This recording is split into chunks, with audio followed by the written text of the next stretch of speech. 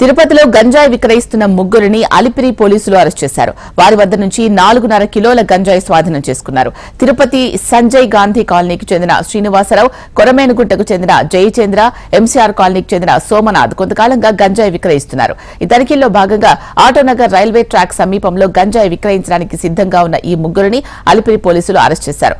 వారి వద్ద ₹1,00,000 విలువ చేసి 4.5 కిలోల గంజాయిని స్వాధీనం చేసుకున్నారు.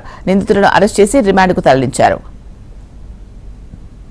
మా ఎస్పీ గారు గంజాయి మీద ప్రత్యేక దృష్టి కూడా సారించారు. సైమల్టేనియస్గా ఇదే ఎన్నికలతో పాటుగా గంజాయి మీద కూడా ప్రత్యేక దృష్టి సారించారు.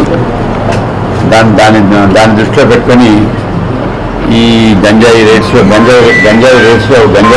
భాగంగా ఈ నిన్నటి దినము మధ్యాహ్నం 1 గంట సమయంలో వచ్చినటువంటి సమాచారం మేరకు ఆ అంకుర హాస్పిటల్ పక్కన ఉండేటువంటి రైల్వే ట్రాక్ పక్కన ఒక 3 ముద్దాయిలు గంజాయి పెట్టుకొని పొజిషన్లో ఉంటే ఆ ముగ్గురిని అరెస్ట్ చేయడం జరిగింది. దానిలో ఒకతను సౌత్పతి శ్రీనివాసరావు, ఇంకొకతను ముత్తా జయచంద్ర, ఇంకొకతను ఇడగొట్టు సోమనాథ్. ఈ ముగ్గురు కూడా తిరుపతి వాస్తవులు. ఒక సంజయ్ గాంధీ కాలనీ, ఒకరు కొరమేనుగుంట, ఇంకొకరు మరి చెన్నారెడ్డి కాలనీ.